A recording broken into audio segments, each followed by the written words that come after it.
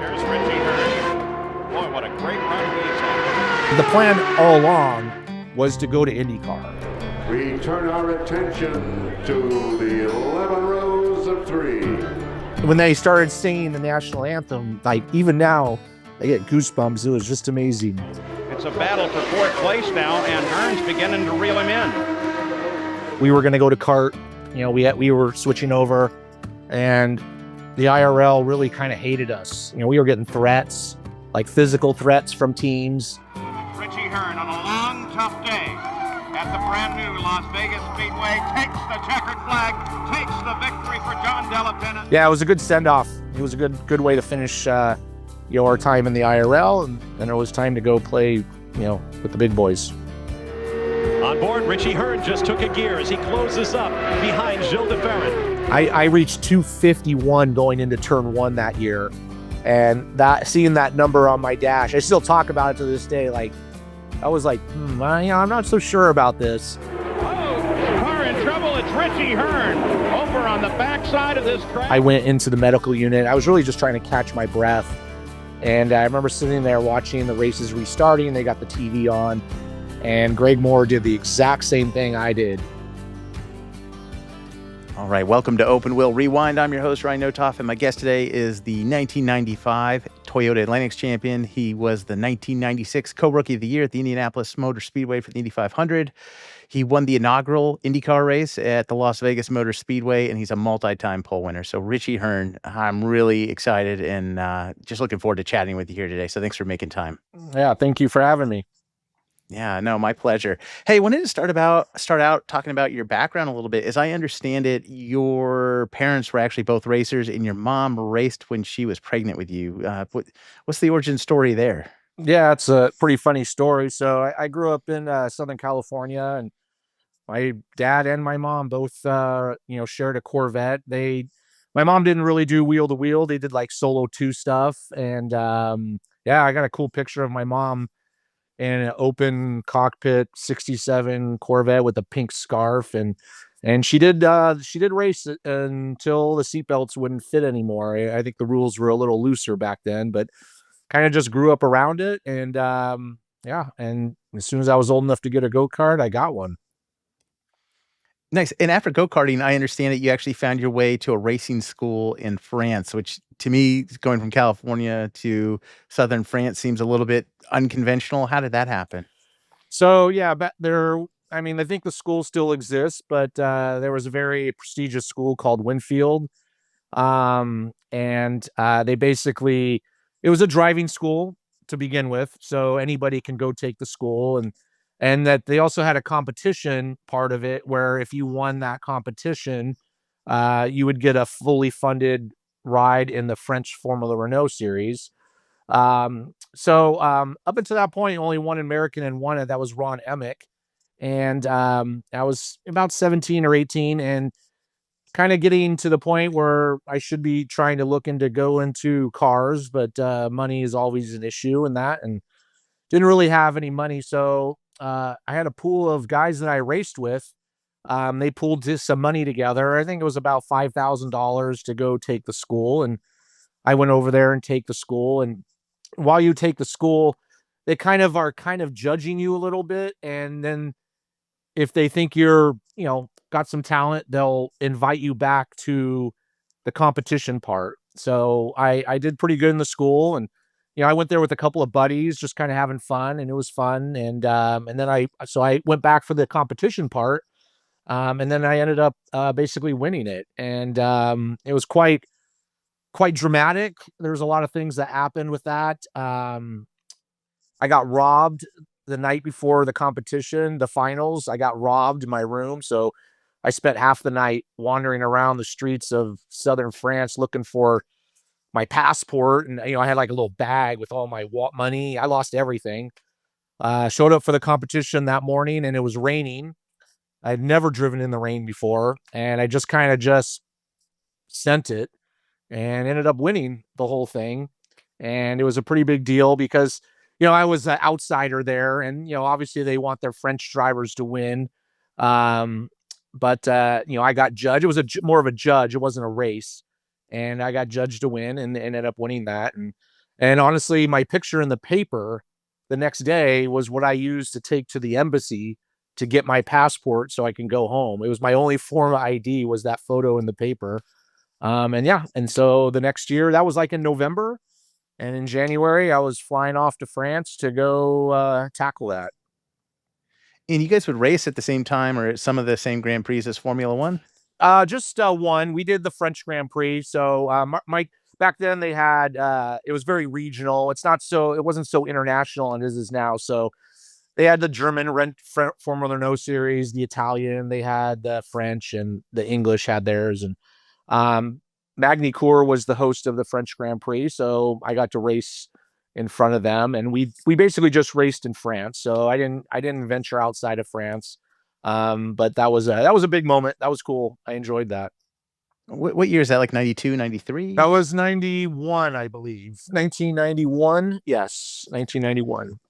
Gotcha. And so then you eventually find your way back to the United States. How did you get linked up with John Delipopa, who was your car owner for, a big part of your open wheel career? Yeah, so I didn't do that great over there. Just a lot of different circumstances. I did average, but not enough to get invited back for the second season. So I flew back home. Honestly, I didn't have any money. My parents weren't wealthy. My dad owned a little go-kart shop, and kind of didn't know what to do. I went to community college, and I still wanted to race, but I didn't have any money. So there was a couple of teams that ran. There was a team that ran it's called the ACRL Championship. They ran Sports 2000 cars in SCCA, and I volunteered to work on that team for free on my spare time. So I drove the trailer to the races. I did all the low end jobs. But in turn, the guy that owned that team his name was Rod Everett. He promised he'd let me run a couple races at the end of the year. And so when I got my chance, I pretty much destroyed the field. I was quite a bit younger than those guys, so it really wasn't fair. But one of the guys I raced with, and honestly, I can't think of his name right now, but he was kind of the big cheese in that series, right? And so I went to Sears Point, which was his home track, and just smoked him. And he didn't really like it that much, but he knew John Delipopa. John didn't really have a race team at that point, but he sold cars, and this guy was in that business, and John was looking at starting an Atlantic team. And basically this guy said, "Hey, you gotta check this guy Richie out."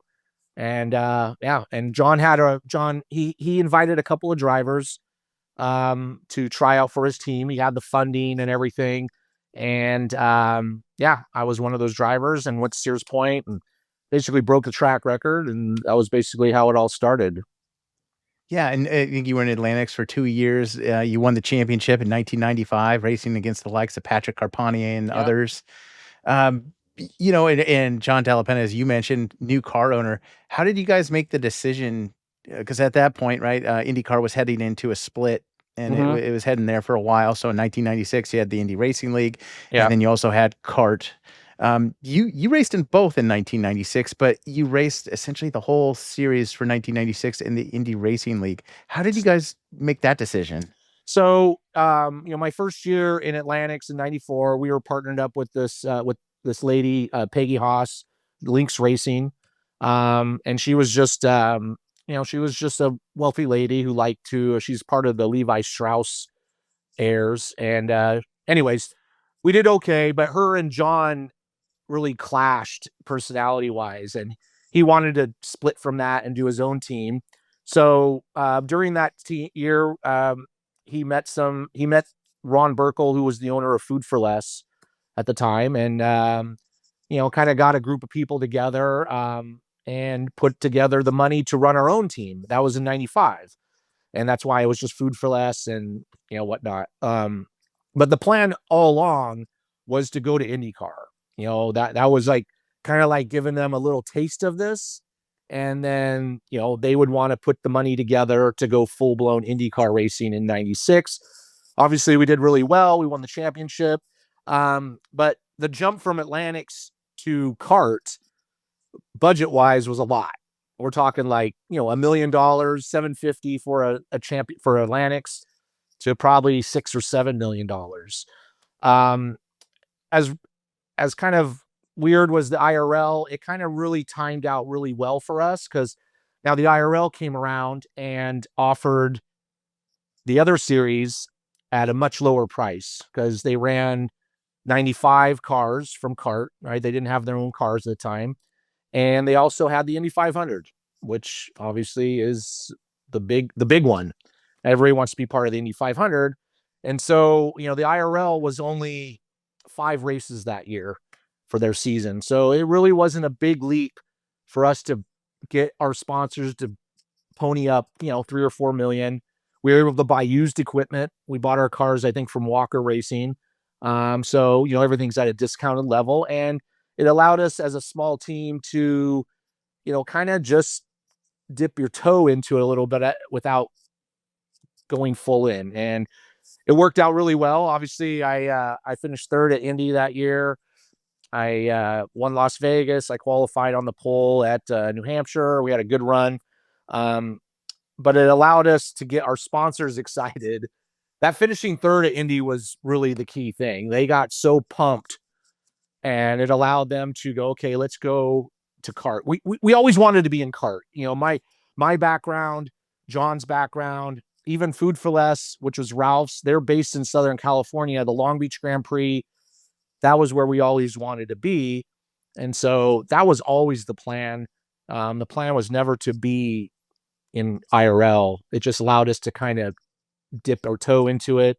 Now, you said I ran CART that year too. So with that 95 car, that allowed us to run in the CART series. So we ran Long Beach, which was our home race, and we ran Toronto, and we ran Laguna Seca with that older car just to kind of see, hey, this is what we're up against.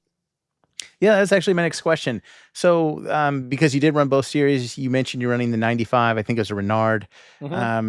How significant were the modifications that needed to be made between series, or if any, either with the chassis or the engine, or none? Nothing. The IRL took CART rules and just said, hey, this is what we're going to run. It was no different. The only thing, the difference was the IRL was all ovals, and obviously those were road courses. So we had to have the road course kits on them.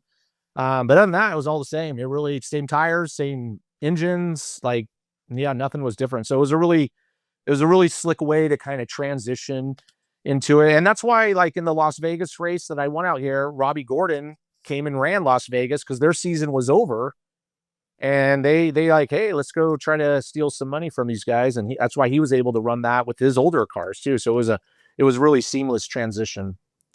Yeah, gotcha. Well, you mentioned a bunch of races I actually wanted to get more detail about. So why don't we start with the inaugural race of the Indy Racing League, or the IRL, Walt Disney Speedway. That was a brand new track, essentially, new series. So there, as I understand it, there's an equipment shortage. You ran really fast right out the gate in practice, and I think qualified on the outside pole. What were your memories from that event and that track in general? Eye-opening. That track was a beast. It was really tiny, really fast, really tricky. We had done some testing there. They had some testing there. I just kind of went for it. I had a really good engineer, a guy named David Cripps, and a really good crew chief. And, we just put together a really good car, qualified on the front row. Unfortunately, in the morning warm-up, the night before, they had a warm-up, and I crashed. I just got a little too aggressive and basically wrote the car off. We were able to purchase a used car from somebody else, from another team that, there's a lot of teams that were just scraping in. And so we were able to purchase a car from them, and it helped them with their budget. Put the car together that night. But didn't go so well. Had a little mechanical issue in the car that it caused me to spin out in the race. But yeah, we were there. We showed up and, kind of let people know we were here. Didn't go as good, but we were fast, and it gave us a lot of confidence to kind of go from there. Yeah, and then as you mentioned, you went over to Long Beach. I think maybe a few, because that was in January. You guys ran a Yep. really early race there. Yep. But I think sometime around the early spring, you end up in Long Beach, and with a 95 chassis Renard, and I think Goodyear's, you ended up a Yeah. top 10 finish. Yeah. How'd that come to be? Shockingly, that was, out of all the years I raced at Long Beach, that was my best finish. We just tried to just do our thing. Obviously, when you're going against Penske's and Newman Haas, we were way out of our depth as far as experience level. So we had, like I said, we had good engineers. A lot of the people that worked on my car, came from IndyCar teams, so they kind of knew, we weren't just random people. So we had a good team of people. We just try to just stay clean, just try to not do something dumb. I literally, I don't think I passed one car in that race. It was just, I just did my thing, and the way the strategy worked out, really obviously got our sponsors excited, getting a 10th. That was our home race. They had a big thing there, hospitality. I remember it was physically very demanding. Driving on the oval is not quite the same as running on a street course like that. I remember I was physically exhausted, and kind of learned, hey, I got to up my game a little bit here. But yeah, it was pretty fun, being a home race and stuff. And I always did well there. I won an Atlantics there, just being a home race. It was really, really exciting. My family was there. So good memories. Yeah, and then you went off to Indianapolis for the month of May. The kind of a weird month probably for your first Indy 500, in that you guys lost Scott Brayton. What are your memories from the month of May? Yeah, kind of working through that tragedy. It was tough, that whole month was quite eye-opening. You see it, I've been to the race, watched it, but when you're involved in it, you're such a different view. A couple things. I remember how fast we were going. We were doing 240s down the straightaway. I remember it took me, back then we did a full month of the whole thing. So we had 2 weeks of full practice. It took me 3 full days just to go flat out through turn one. It was very, you had to nut up basically. And once again, had a great team, great car. But I remember when Scott crashed in that practice. Obviously they red flag it and whatever, and you kind of knew. That was the first time I'd ever been in an event where somebody had passed away, but you kind of got a feeling that it wasn't good. Probably the hardest thing to do was, they opened up practice again, and to go back out there and to see the marks on the wall, and you just had to get down to business. Like, you had to completely put that out of your mind. You knew what happened, but you had to get down to it. But passing those marks lap after lap, it was pretty tough, but you had a job to do. You had to get out there and just kind of do it. And then you get to start your first Indy 500. Talk to me about kind of your first Indy 500 from a pageantry perspective. It must be, is it overwhelming? I mean, just going as a spectator, I was at that race actually. It was amazing. I remember, I can remember everything. I can remember driving to the track that morning. I remember what I was listening to on the radio. I remember it was raining. Obviously, we had to get to the track really early. It was dark and it was raining.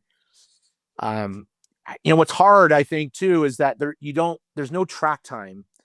So you just get there. We get there like 6:30, and the race doesn't start till noon or whatever. And there's just a lot of sitting around. There's just a lot of stressing out, nerves, kind of going over strategy. You can't really have too much of a strategy because you don't know what's going to happen.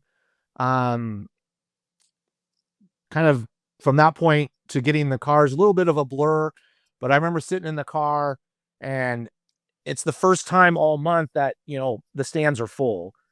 And I remember sitting on that grid, and the track looks so small. On the straightaway with all the people there, all of a sudden the track went from looking like a normal racetrack to looking like your hallway in your house. When they started singing the national anthem, like even now, I get goosebumps. It was just amazing. And, then you just get racing, but you'll never replace that feeling for any driver. I don't care what they say. That first time, it'll blow you away. Yeah, and I just rewatched that race in preparation for this, and you were down a lap for like essentially the first half of the race. Yeah. And yeah. then watching you race back on to the lead lap into, I think, a third place finish. Yeah.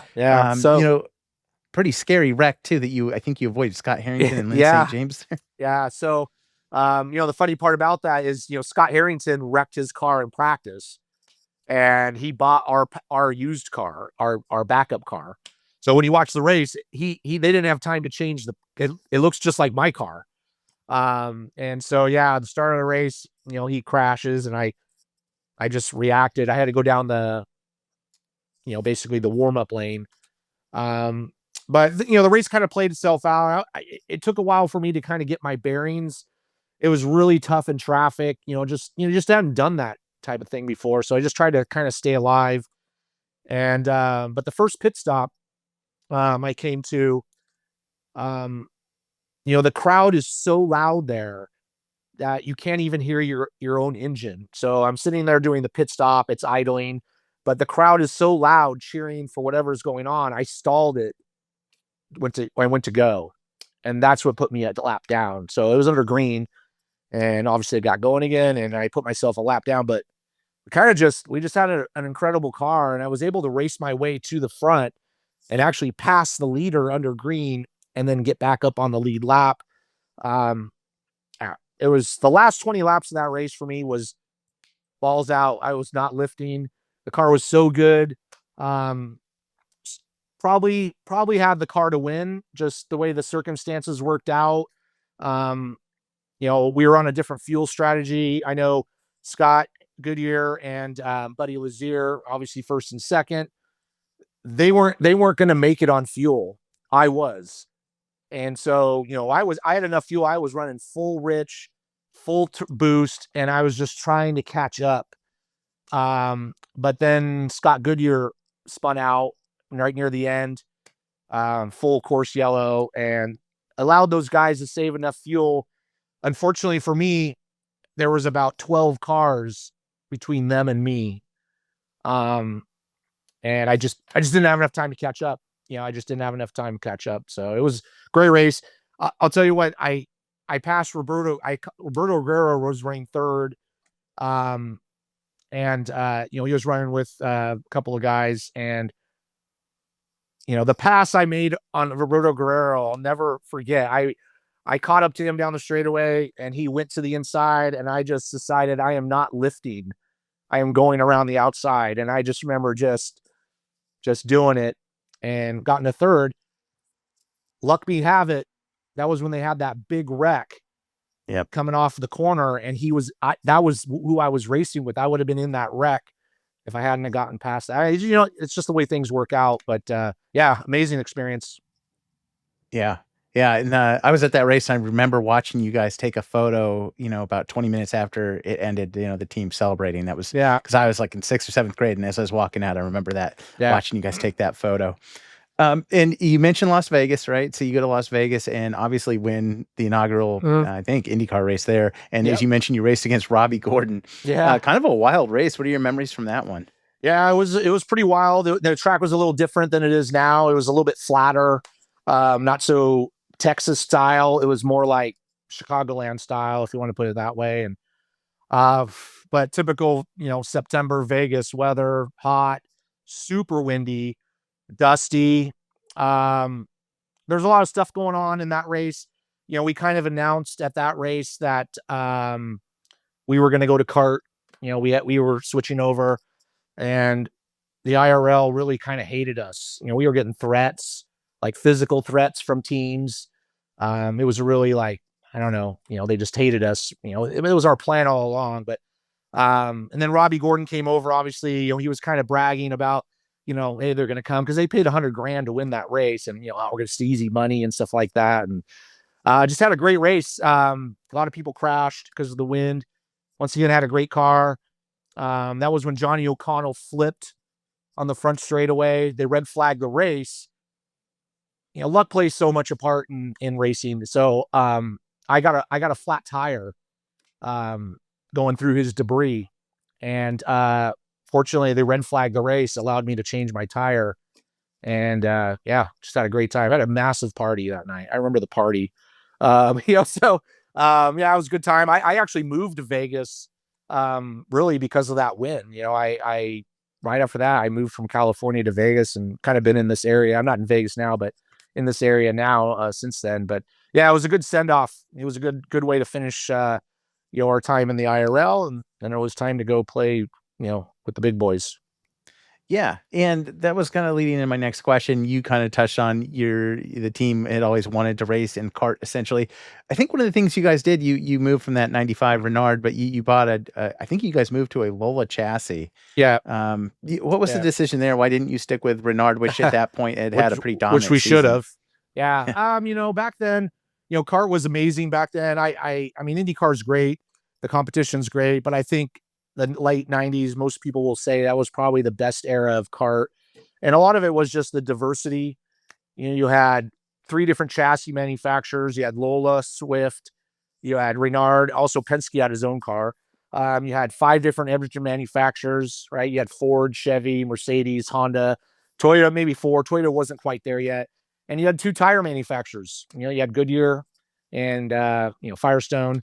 A lot of that decision was budget related. We had a decent budget, but we didn't have the budget to just buy whatever we wanted.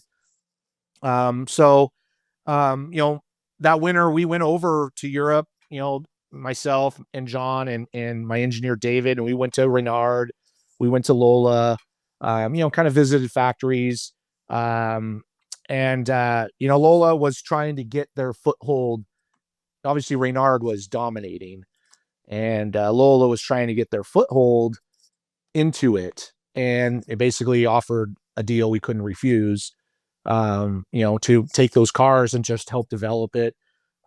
Same thing with the Goodyear tires. Firestone was a little bit better, but Goodyear actually paid us to use their tires. A lot of things, you out of your control. Wasn't probably the best decision. The Lola was an amazing car, but it was very had a really small window to operate in, and we were always just kind of not figuring it out. So it was a real struggle, and we knew it. We just tried to do the best we can. But yeah, if we would have probably stuck with just the basic Renard, Ford, Bridgestone or Firestone, we probably would have done pretty well. Just because the data's there. We were starting from scratch, and we were a pretty small team, so we struggled a little bit with that. And my next question is kind of a fanboy question. So you were running the number 4 in the IRL. You had the Food for Less, the yellow and black colors, and you switched to the Ralph's brand. And I think you made number 21. Was there just a sponsor preference, your preference, or for the number? Yeah. No, we couldn't use 4. I think Zanardi was running 4. Oh, that's right. So, yeah. And Ralph's. So on that note, the guy that owned Food for Less bought Ralph's. Ralph's is a much bigger company. So we were able to expand our sponsorship on that. And that's why I picked 21 just because I was in Vegas. No, I grew up racing number 70 in go-karts, but numbers don't mean anything to me. The 4 obviously worked well with the Food for Less, but Chip Ganassi already had that number, so we had to pick something. Yeah, well, that makes sense. Sorry, that's a kind of silly question. Now I no, reflect back on that. No, it's I ran number 10. I ran all sorts of random numbers, but I really didn't care, honestly. Yeah. Well, so I think you had only 2 top 10s, and obviously I think a lot of it came down to the package, as you mentioned. Yeah. Was there tracks that you still enjoyed racing on in that 97 season? Did you prefer ovals to street courses to road courses, or? I think any driver would say they like the tracks that they do well at. I sucked at Milwaukee, hated that track. I just never could get that track. I liked Nazareth. I did good at that track. That was the one time that car actually did really, really was fast. Unfortunately, we got in a wreck with Parker Johnstone. I hated Portland. I never could do well at that track. I hated Cleveland. I sucked at there were just tracks that you just don't gel with. But then you go to Toronto. I always did well at Toronto. I always did well at Vancouver. I always did good at Detroit and Belle Isle. I don't know why. I really like the street courses, probably the best. I think I did better the tougher the track was. So like bumpy walls. I didn't have a problem running, brushing the walls. And some people do. And some people are better at, I always enjoyed the street courses probably the most. I think maybe the atmosphere. I liked Michigan. Didn't like Fontana. I don't know why. It's the same looking track. It's just you have a vibe, you get a vibe. I liked Indy. I loved Indy. Some drivers just didn't. There's some drivers that kind of didn't like it. I mean, they did well, but they would say, I don't really like racing here. You just kind of gel with tracks sometimes, and some tracks you just don't. Gotcha. Well, so 98, you guys acquired the Budweiser sponsorship. Mm-hmm. How did that happen? That's kind of a big coup because that was with Newman Haas for a while there. Yeah, I think it's just once again budgetary stuff. So we went to Budweiser. I think just the amount of money that Carl was asking to run that car with them was just they didn't want to spend that type of money. And we came along, American driver. But we also signed up with Toyota. Toyota was actually paying most of our bill. Our budget was pretty high, but Toyota was paying most of it in the sense that we got free motors. That was probably a third of your budget just buying motors. So we were able to offer Budweiser along with Ralph's and stuff, a much lower monetary thing, but have the whole car. Like Toyota they just wanted to, they didn't care. They needed cars out there. So we were able to give them a lot for very little. So it wasn't like we had this mega budget. We had a decent budget, but then again, Toyota wasn't very good that year. So, well, I think that was struggled. 99 though, right? Yeah, that was 99. Sorry, that was 99. Yeah. So, I know. Sorry. I'm getting my years. So in 98, yes, we had the butter, but we went to the Swift chassis. Yes. And Firestone tires, I think. Yeah, and Firestone tires. So we went to the right tire, but kind of took the free car, and that was, Carl Haas. And there was only 3 teams that had that. That was us, Tasman, and us. So same thing. We kind of offered a lower monetary value for having the same car, and good company, really tried hard, but it was really complicated. They had really complicated, and I even knew when Haas with Michael, they struggled with that car. Every now and then that car would kind of show its colors and be good, but it had a really small window, and we worked with them, and with Tasman, we all worked together to try to get that car working, and it was just the Reynard was just the better car. I mean, it was just they didn't change much. It was just a great car, and the competition was so tough that we struggled a little bit. And then we went to Toyota, obviously, and same type of thing, Toyota paid me well to be there, and we did a lot of development work for them. Didn't pay off. It paid off in 2000, but I was out of the league at that point. Yeah. Well, why don't we back up? You mentioned Michigan, track that you really liked, and you raced there and did really well in 1998. Yeah. Really fun, actually, rewatching that race too. I think that was the race they debuted the Hanford device, which slowed the cars down. It was amazing. On Michigan and California. What are your memories from that track? And did you like racing with the Hanford device? You know what? It didn't slow us down. What it did is it created, I mean, technically in a straight line, it slowed you down, but the window of the draft was absolutely mind-blowing. I reached 251 going into turn 1 that year, and seeing that number on my dash, I still talk about it to this day. Like, I was like, I'm not so sure about this. But the draft was so strong, it created this amazing pack race. You basically had to run 3 top gears. You had 4th, 5th, and 6th gear. So when you got in the draft, you were shifting up as you're going through the gears. I liked it. I liked the strategy. I didn't mind the speed. Didn't scare me. Some people were like, I'm not so sure about this. A lot of the traditionalists didn't like the pack racing. You really couldn't get away. And so you're always in the hunt. I kind of liked it. It was a chess match.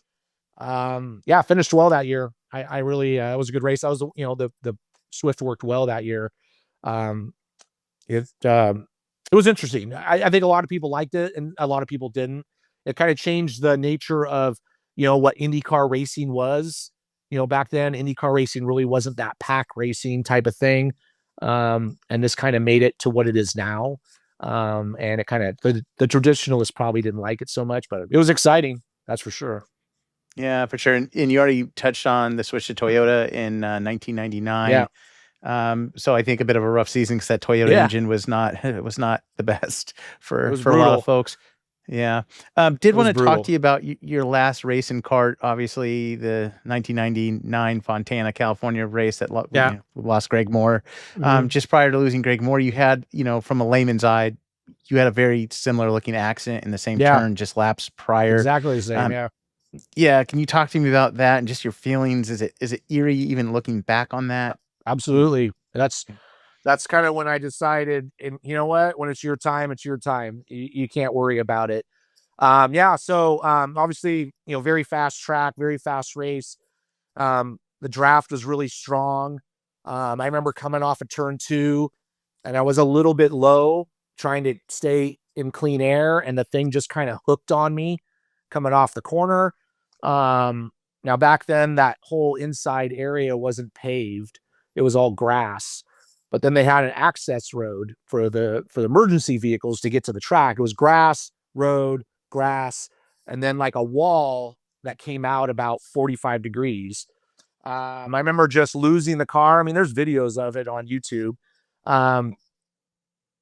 And I did a full 360, and then I hit that access road going straight. So you can see the video at YouTube. There's like a Spanish version of it. And I hit that road and it just launched the car up about 5 feet in the air, landed. And then I hit that wall at kind of like a 45-degree angle and kind of just pancaked the car. It hurt. It just kind of knocked the wind out of me. And then whatever. So, I went into the medical unit. I was really just trying to catch my breath. And I remember sitting there watching the races restarting. They got the TV on. And Greg Moore did the exact same thing I did. Just came off the corner a little bit low, and the thing kind of hooked to the left. And unfortunately, he did a spin and a quarter, and he hit that access road sideways, and that started barrel rolling him, and he hit the wall, concrete, cockpit up.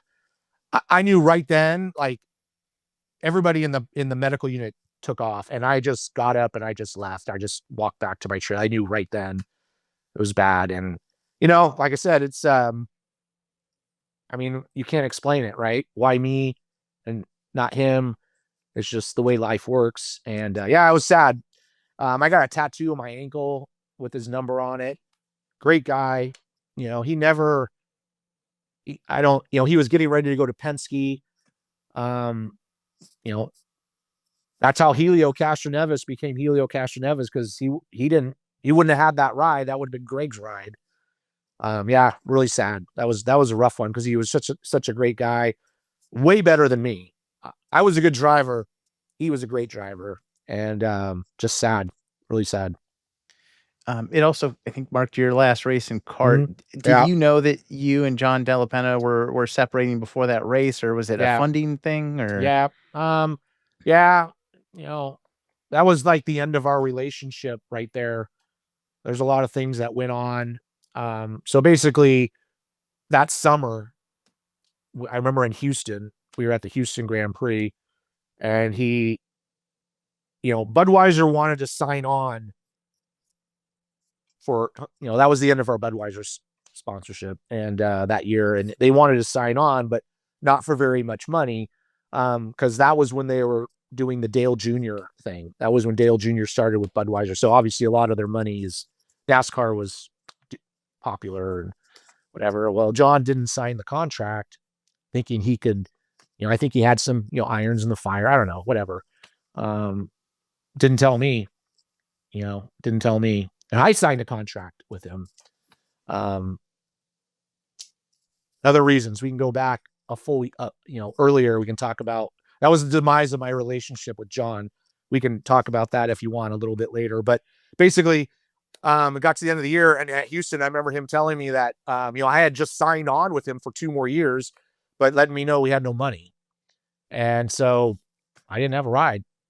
I just didn't have a ride. I was left out in the cold. And unfortunately, it was too late in the year to find another ride. All the rides are taken. So I show up, I get to 2000, I got nothing. I'm just standing there, and he brings in Norberto Fontana because he must have brought some money from DirecTV. I don't know. I was in like a legal dispute at that point with him. But yeah, that was the end. That was how it ended. When you say that's how it ended, John Delipopa, I think, passed away a couple years ago. Yeah. Did you speak to him anytime between then and his passing? Never. That's sad. So yeah, I mean, there's a lot of things that went on. Yeah. I just tell you a story. So my Sure. contract was up that year. Bobby Rahal wanted to sign me. He was retiring, and he wanted, he needed somebody to run the Miller car. So at Road America, I didn't have a deal, but I agreed to doing this. John found out, and he called me at my home not long after that, completely losing his mind and just basically questioning my loyalty to everything. And, at that point, promised me, okay, we'll do a 2-year contract, promised me a pretty big salary, basically $850, which was a lot to me back then, for 2 years, and basically questioned whether I was, all the stuff that he had done for me. I remember sitting in my house and just listening to him just ream me a new one because he had done all this for me, and now I'm going to just leave him. And unfortunately, I'm a pretty nice guy. And going against everybody, including my wife, his advice, I signed up with him, not knowing he didn't have the Budweiser sponsorship. So that's the part he didn't tell me. And so when we got to the end of the year, here we are. I got nothing. And he wasn't going to pay me. Like, he said, well, I can't afford to pay you. So now I'm completely unemployed. I got no income. So, this is really the beginning of the end. So I got my lawyer involved and basically sent him a letter that said, he's defaulting on the contract. And then he got his lawyer involved. And I think it was 2 days before Homestead, which was the first race. He said, if I don't show up, if I'm not in Florida, now I'm in Vegas. If I don't fly to Florida, if I'm not there before the first practice session on Friday, ready to go, I am defaulted my contract. And he doesn't have to pay me. So here I am, scrambling, get an overnight flight to get to Florida. Now, we kind of resolved it. I didn't have to go to Florida. But, he promised to pay me at least that year, 2000, in payments. Now, he was not broke. All right. He had just gotten the IndyCar stock. So I know he wasn't I wasn't making him sell his house to pay me. But, I had I turned down a contract to be with him, and now he basically dicks me over. I was really not so much mad. I was literally devastated. Here's a guy that really kind of I grew up with, through this we did a lot of cool stuff together. And now, he got backed into a corner, and it was just biting my face off. So anyways, he involved, he said, okay, I'll pay you this much this time, this much this time, this much this time. I got the first payment, and then the second payment was supposed to come like in June or something. And he basically said, I'm not paying you. He said, you can sue me. I'm not paying you. And that was it. I lost everything. Lost my house. Lost everything. I had to sell I didn't make very financial smart decisions. So, whatever. But I didn't plan on being out of a job. And so anyways, that was the end. I never talked to him again. Yeah. Well, I can Yeah. understand that. You did find yourself back in racing, I think, for Sam Schmidt Yeah. Motorsports in about 2002, I think, in the Yeah. IRL. Yeah. How'd that come to be? I knew Sam really well. He was a neighbor of mine. He lived in the same neighborhood as mine. I actually saw him. It was like a couple days before Christmas. He came over to my house, brought over some gifts. That was the trip that he was going to Orlando to test. And that was when right before he got in his wreck and got, paralyzed. So, anyways, a couple things happened and I was just begging for a ride and, knew him obviously. And I was able to kind of get into his backup car in Indy and, did pretty well. And, kind of just had a relationship with him like that. Sam's a tough business guy. But he gave me some opportunities to do well. Unfortunately, the financial landscape in the world at that point was a little bit tough. Sponsorship was tough. There wasn't a lot of rides. And I just basically was begging for anything I could get just to make a living. I just needed to get paid. So I kind of bounced around a little bit. Was able to do well at Indy with Sam. I think it was 2002, finished 6th. And he offered me the season, did well at Nashville, finished, I think it was Nashville, finished 6th. And then I had my big wreck at Kentucky and that was it. That was the end. That was your foot? Yeah. I destroyed my feet. I hit the wall at 146 G's. And I was out of racing for, 6 months. At that point, going into 2023, there was no rides. I was hurt. I was getting a little bit on the older side, not old, but, I was in my, early 30s, younger guys coming up with money. It just went downhill at that point. Yeah, that was it. I kind of bounced around. I still raced Indy a bunch of times. I still did ran a couple races with Sam and, but I was really just doing it to make money. And that was when, I was like, I gotta, this is not going to end well. Well, I think you came back in 2003 and got a pole though with John Menard Racing. Yeah. So, yeah. I still hold the track record there from that race. So yeah, I think it was Vitor Mira was their driver, I think. Anyways, he got hurt and they put me in, qualifying the pole, led a bunch of laps. We had a problem at the pit stop. That was cool. That car was fast. That was a Larry Curry car. That car was fast. I remember that race. I qualified the pole. The funny part, there's some funny stories about that race. I was just this guy. I just show up and I qualify the pole. And I remember Thomas Schechter qualified 2nd. And I remember we had to take a picture, side by side, front row picture. I remember the disgust on his face that I beat him to the pole was epic. It was epic. But yeah, so, and then on the race, I took off. I was gone. The car was so good. I couldn't believe that they couldn't keep up with me. And then we came in for the first pit stop. I think we had a problem with the refueling. Unfortunately, that car was set up to be fast by yourself. Once I got in the pack, I struggled a little bit. Anyways, that was a fun event. Got a cool trophy out of it. So that was cool. Yeah. As we start to close out here, who were some of the more memorable folks that you got to race against that you enjoyed racing with on a regular basis? And maybe who's someone that maybe you didn't like being next to? I had some, I got to race against some great guys. There was guys you can trust, guys you couldn't. Thomas Schechter was one. He was one I didn't like being around. I didn't like racing against Danica. I just didn't like that whole scene. It was kind of made up. I don't know. I never really had any friends. I wasn't there to make friends. I probably can consider PJ Jones was a really good friend of mine. I got one of his helmets sitting in the back. You can see it back there. And Jimmy Vassar, he was a really good friend of mine. I got one of his helmets. Other than that, they were just dudes I was racing with and girls. You just kind of learned to okay, this guy I can trust, this guy I can't.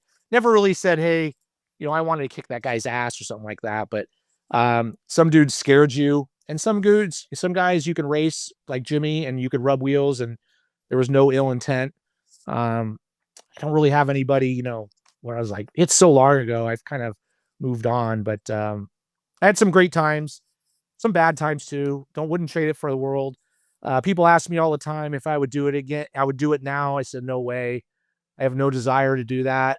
I enjoy racing. I do a lot of sim racing. But unfortunately, near the end, it became too much of a job. It was just about making money, and the passion was gone. Early on, it's all about the passion of the racing. And then when you started doing it just to make a living, that was when I remember sitting in the 2000 Indy 500. I remember in the middle of the race and the car wasn't working well. And I just remember right in the middle of the race, I decided, I don't want to do this anymore. I don't like it. I never went to another race again. So I enjoy it, but I've moved on and just enjoy my life now. Yeah. If a young person came to you today looking for some advice to get into IndyCar, what advice would you give them? Do it, but you got to commit. Like there are, when I look back on my career, there's things I could have done better, fitness, just engineering wise. I just wanted to drive. I wasn't the guy who wanted to sit with the engineer and talk about it all day. And I could, I'd come in, hey, here's what the car's doing. Here's what I want the car to do. That's it. Like, I'm out. Like, and, I look back, I probably could have been a little bit more involved. I was more I just wanted to drive. I didn't want to do all that stuff. I would probably tell them, hey, get in there with the engineers, put everything you got into it physically, mentally. I probably didn't. I probably left stuff on the table. Probably took some things for granted. And I'd also tell them, don't make decisions based on your heart. Make business decisions. And that was probably the biggest thing I did, is I made all my decisions based on my heart instead of like business decisions. And I might still be racing this day, maybe sports cars, if I would have just made that one, because that was when Max Pappas got that ride. And obviously, we saw how well he did after that. And, I look back, I don't regret it. You make the decisions that's best in your face at that point. But if I went back and someone was facing that same decision, I would tell them to do the exact opposite of I did. You go to what you think is business. This is business, not personal, right? Scarface or no, Godfather, right? And, that's just, you live and learn. Gotcha. Do you watch the product at all today, IndyCar? Oh, hell yeah. Hell yeah. I just got done watching Formula 1 last night. I'm watching the Formula 3 race. I'm going to watch the IndyCar race today. I had to work yesterday, so I'm going to watch the IndyCar race today. I do a massive party for the Indy 500. My girlfriend calls that my Christmas. It's a big deal. I tell people, if you don't want to watch the race, don't come. You're not invited. I don't want to go and be involved. I like watching from a distance just as a spectator. I'm all into IndyCar racing on iRacing. I do a lot of leagues. So I'm into it, but I'm just into it more as a fan side, and I just enjoy it that way. Well, awesome. This has been an amazing discussion. I appreciate how candid you were. And as just like a fan, I'm just enjoying listening to your story. So thanks so much for taking time to chat with me today. No, thank you for bringing it. I don't really talk about it much, but it's nice to kind of break it all down and reminisce a little bit, good or bad, but I'm glad you enjoyed it. And thank you very much. Yeah, appreciate it.